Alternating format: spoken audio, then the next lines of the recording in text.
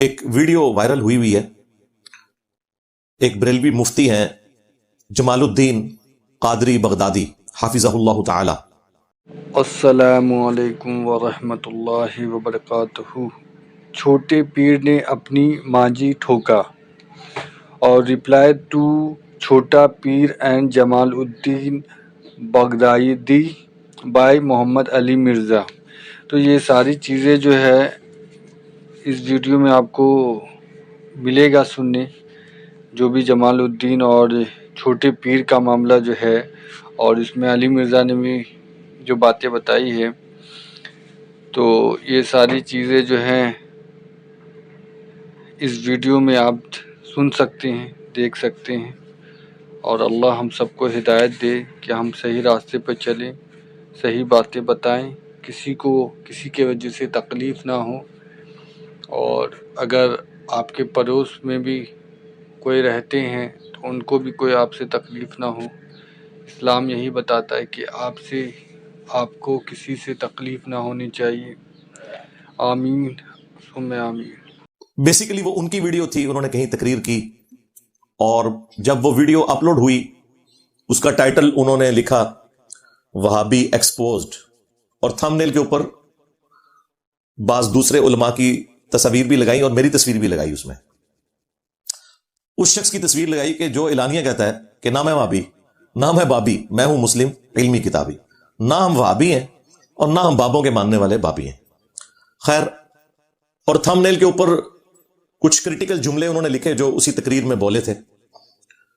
وہ میرے لیے تو بڑی تکلیف دہ چیز تھی کہ ہماری طرف انہوں نے ایسی بات منسوب کی جس کا ہم سے کوئی لینا دینا ہی نہیں ہے. اکیلے بیٹھ کے یہ اپنے استاد شیطان لعین ابلیس سے انسٹرکشنز لیتے ہیں، اور وہ تمام بےہودہ قسم کے من گھڑت عقائد خود سے گھڑ کر ہماری طرف منسوب کرتے ہیں تاکہ لوگوں میں بدنام کیا جائے کہ یہ لوگ تو شفاعت رسول کے منکر ہیں، نعوذ باللہ صلی اللہ علیہ وآلہ وسلم.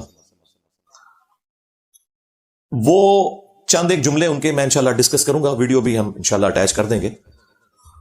انہی جملوں کو پھر ایک کوئی چھوٹا سا پیر آیا ہوا ہے آج کل، اس کا نام ہی میرا خیال ہے چھوٹا پیر کے نام سے مشہور کیا ہوا ہے.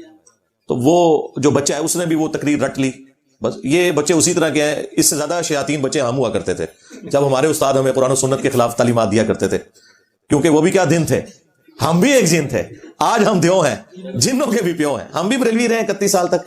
یہ ساری شیطنت، یہ سارے غلیظ عقیدے اور رسول اللہ صلی اللہ علیہ وآلہ وسلم کی محبت کو ایکسپلائٹ کر کے شرکی عقیدے امت کو سکھانا، اور پھر اسے رنگ یہ دینا کہ جو ان عقیدوں کو نہیں مانے گا وہ گستاخ رسول ہوگا. اور یہ کون سا فرقہ باتیں کر رہا ہے کہ جن کے اپنے بزرگوں کا یہ حال ہے.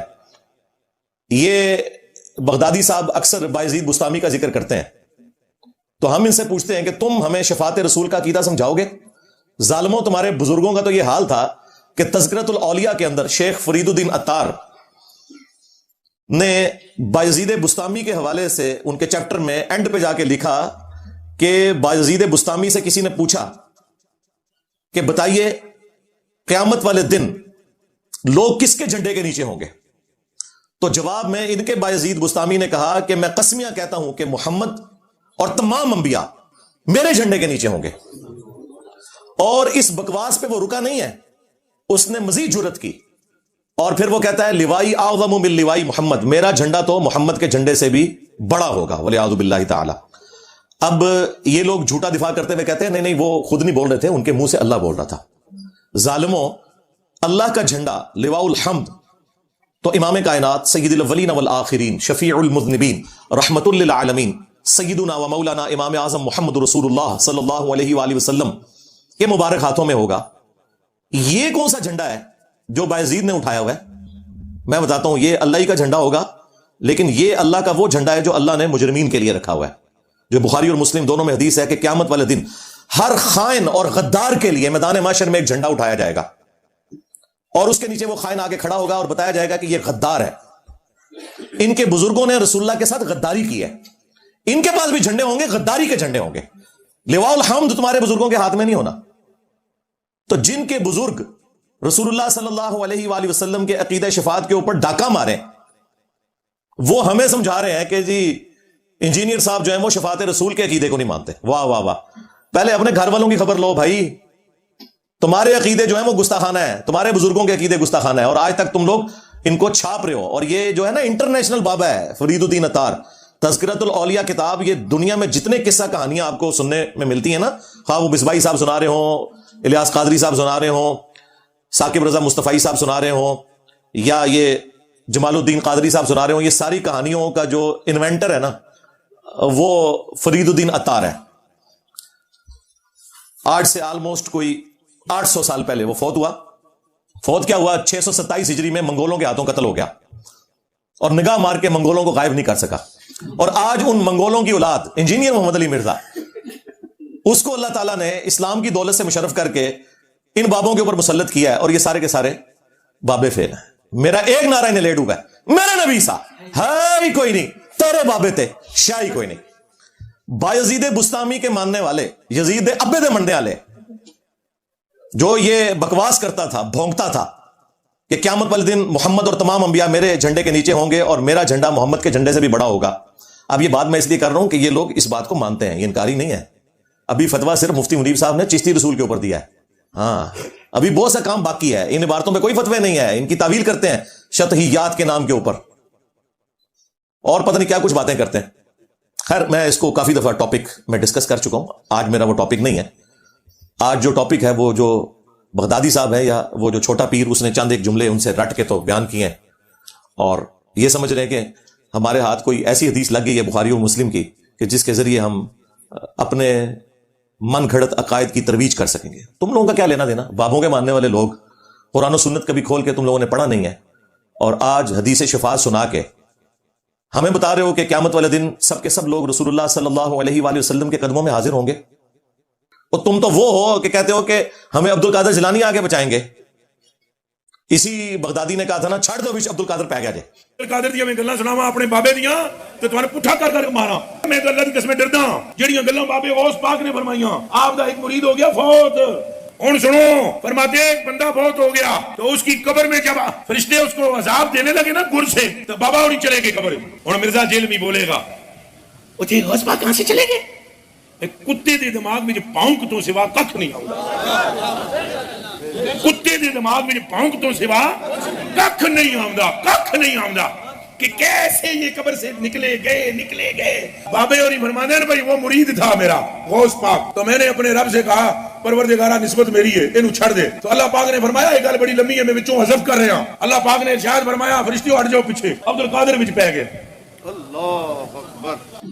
ہاں, دوسری طرف یہی آپ کو وہ حدیث شفاعت سنا رہا ہے کہ اس دن آدم علیہ السلام, نوح علیہ السلام, ابراہیم علیہ السلام, موسیٰ علیہ السلام کچھ کام نہیں آئیں گے.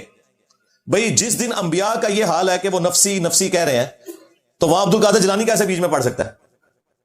انبیاء کے جیسا ہے ہی کوئی نہیں. تیرا عبد القادر جیلانی تو شاہی کوئی نہیں. کہتے بابے تو شاہی کوئی نہیں. جی بابے تو شاہی کوئی نہیں انبیاء کے مقابلے پہ. تم لوگوں نے کہا تھا نا کہ بڑے سے بڑا غوث کتب ابدال ہو ایک صحابی کے گھوڑے کے قدموں کی خاک کے برابر نہیں, یہ کہتے تھے نا. تو میں تو بڑا ہلکا جملہ بول رہا ہوں کہ رسول اللہ کے مقابلے پہ بابے تشائی کوئی نہیں. تم لوگ تو کہتے تھے یہ تو جانوروں سے بھی بدتر ہے بابے, صحابہ کرام کے جانوروں سے بدتر ہے. حالانکہ میں اس عقیدے کو نہیں ٹھیک مانتا کہ کسی کلمہ گو اہل قبلہ کو کتنا بھی گیا گزرا ہو کہ اسے جانوروں سے بدتر کہا جائے. لیکن یہ چونکہ کہتے تھے کہ ان کے غوث کتب ابدال صحابہ کرام کے جانوروں سے بھی بدتر ہے, بلکہ ان کے قدموں سے لگی ہوئی جو دھول ہے نا وہ بہتر ہے. تو جب ہم کہتے ہیں کہ رسول اللہ کے مقابلے پہ باب تشائی کوئی نہیں, تو یہ کہتے ہیں گستاخی ہوگی. ان کا آپ یعنی انٹلیکچوئل لیول دیکھ لیں, ان کی کامن سینس دیکھ لیں, وہ بھی ان کے اندر موجود نہیں ہے. اچھا, اس کے اندر انہوں نے کچھ جملے بولے ہیں, میں آپ کو وہ سناتا ہوں کہ وہ کیا بات کر رہے ہیں. وہ کہتے ہیں کہ جی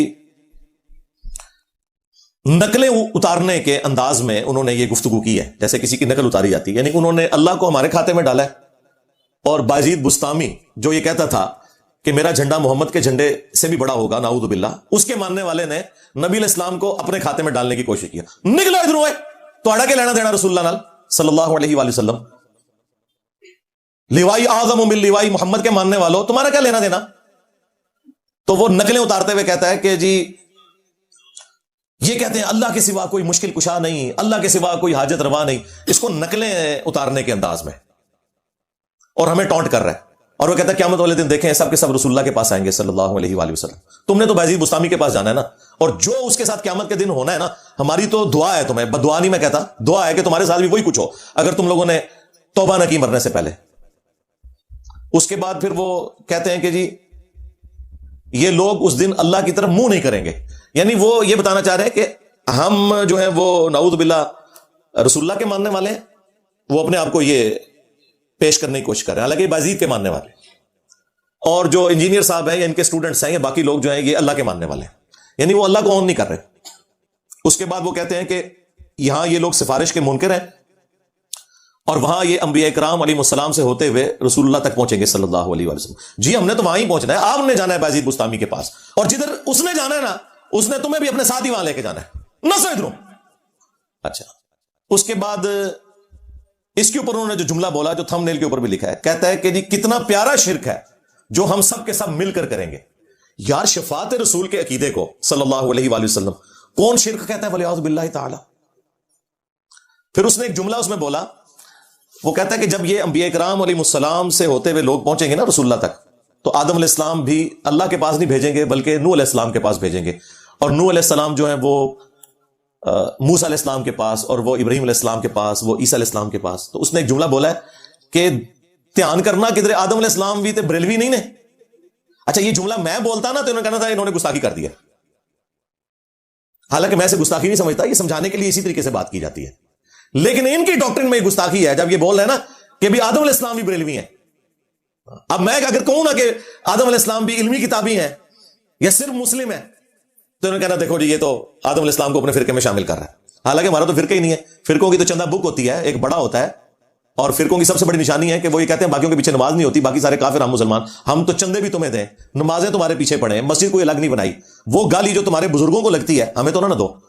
اب اس غم کو تو میں ختم نہیں کر سکتا کہ تمہارے بزرگ یہ سارا گند کر کے گئے, ایک دوسرے کو کافر کہہ کے گئے, ایک دوسرے سے اپنی مسجدیں الگ کر کے گئے, چندہ بک الگ کر کے گئے. یہ ساری گندگی اگر میرے اندر نہیں ہے تو تمہیں اس بات کا غم کیوں نہیں جا رہا؟ مان لو کہ نہیں ہے میرے اندر وہ گندگی, اور صرف اتنا ماننا کافی نہیں بلکہ یہ بھی کہنا پڑے گا کہ ان کے اندر یہ گندگی موجود تھی.